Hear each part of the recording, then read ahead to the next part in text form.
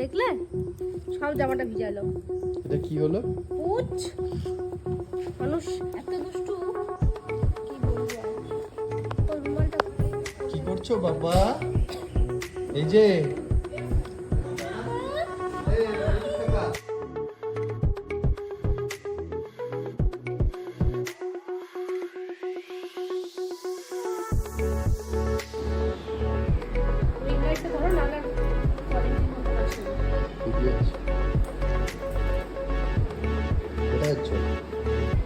ঘুরতে যাচ্ছি। বহু বছর পর আমার বর আমাকে বলেছে যে ঘুরতে নিয়ে যাবে। তাও কি আমাকে মুকুন্দনগর ঘুরতে নিয়ে যাবে। বৃষ্টি হচ্ছিল, বৃষ্টি থেমেছে, ঘুরতে যাচ্ছি। তো ইচ্ছা হচ্ছিল একটা জিন্স টপ পরি। আমার বর আবার জিন্স টপ পছন্দ নয়, আমাকে পরলে মোটা লাগে। হ্যালো এভরিওয়ান, কেমন আছো সবাই? নতুন একটা ভিডিওতে সকলকে অনেক ভালোবাসার সাথে ওয়েলকাম। তোমরা জেনেই গেছো যে কোথায় যাচ্ছি।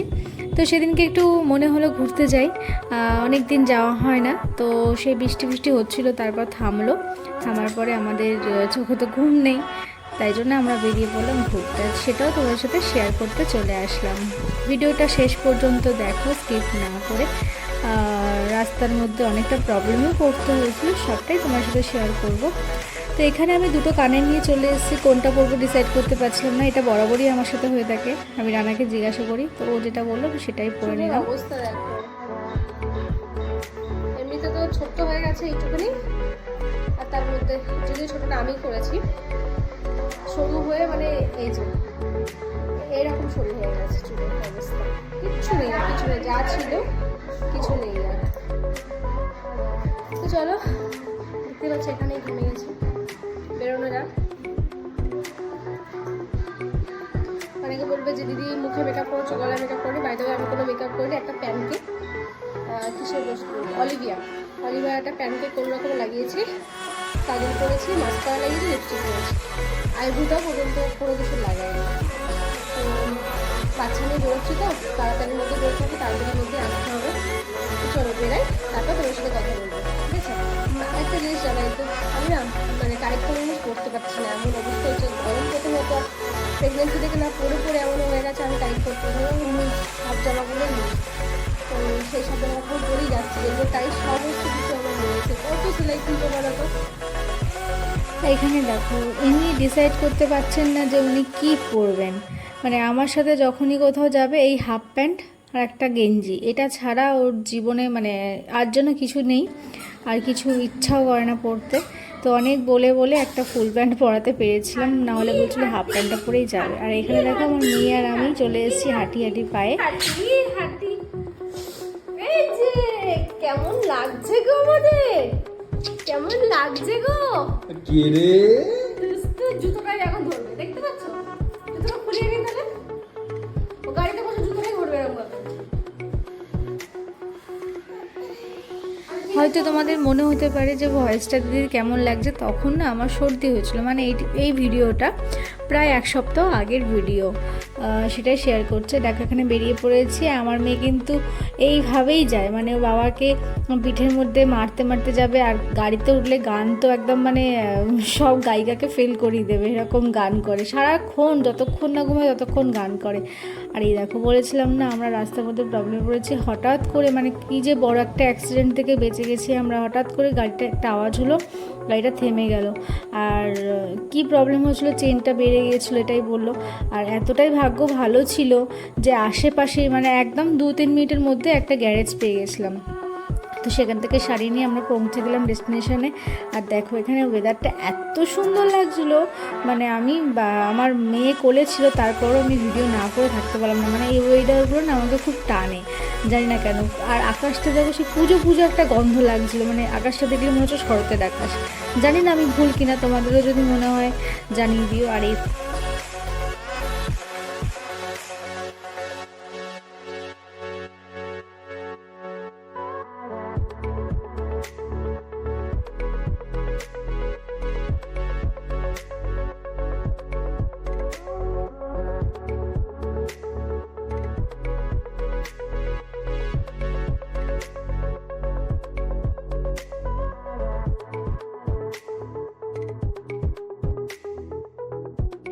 দেখো এখানে একটা রেস্টুরেন্ট রয়েছে, অনেকেই জানো যারা চাকদাতে থাকো বা আশেপাশে থাকো তারা তো এটা চেনোই, তাও তোমাদেরকে দেখালাম। কোনো একদিন এই রেস্টুরেন্টে এসে তোমার সাথে ভিডিও শেয়ার করবো। আর এটা না নতুন হয়েছে, ভীষণই ভালো লাগছিলো, মনে হচ্ছিলো মানে মাঝগঙ্গায় পৌঁছে যাব এরকম। কিন্তু একটা দাদা বারণ করলেন যে না যেও না, একটা মানে বেবি নিয়ে যাওয়াটা সেফ না, একজনের নাকি একটা অ্যাক্সিডেন্ট হয়ে গেছে অলরেডি। এইসব শুনে আমি আর যাইনি, আমি জাস্ট একটুখানি নেমেছিলাম, ওখানে দাঁড়িয়ে একটু ফটোশ্যুট করেছি। এত ভালো লাগছিলো, যারা এখন যাওনি তারা অবশ্যই যাও, ফটোশ্যুট ভিডিও শ্যুটের জন্য পারফেক্ট জায়গা। তো খুব সাবধানে অবশ্যই পা ফেলবে, কারণ নিচটা পুরো কাঠ দিয়ে বানানো, মানে নিচ থেকে কাঠ দিয়ে জলের উপর থেকে এটা বানানো, এটা কিছু একটা বানানো হবে যে কারণে এটা আগে থেকে এরকম করা হয়েছে। তো তারপর আমরা ওখানে একটু ভিডিও ক্লিপ নিয়ে আমরা চলে গেলাম মন্দিরের ভিতরে। এখানে একটা শিবলিঙ্গ রয়েছে।